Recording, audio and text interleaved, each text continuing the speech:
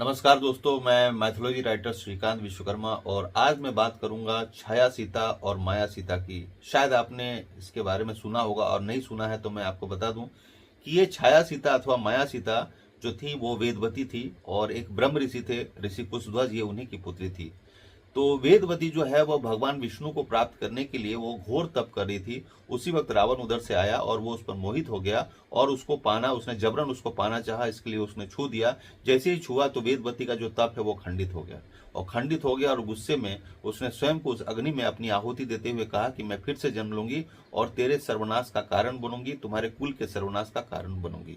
उसी वेदवती का हम दिखाते हैं कि अग्निदेव उसको कैसे प्रकट करते हैं। जब रावण, ये दुष्ट दुराचारी रावण जो माता सीता का हरण करने के लिए आता है, तो वहां पर अग्निदेव जो है वास्तविक माता सीता को अपनी अग्नि में छुपा देते हैं और वहां वेदवती जो है वो प्रकट हो जाती है, क्योंकि उसको रावण से बदला लेना था। उसने उसको शाप दिया था कि उसकी वजह से उसका कुल का नाश, उसका सर्वनाश होगा। तो रावण ने जिसका हरण किया वो वेदवती थी। वो वेदवती को अपने साथ ले गया और असली सीता अग्निदेव के ही पास रही, अग्निदेव के अग्नि में रही।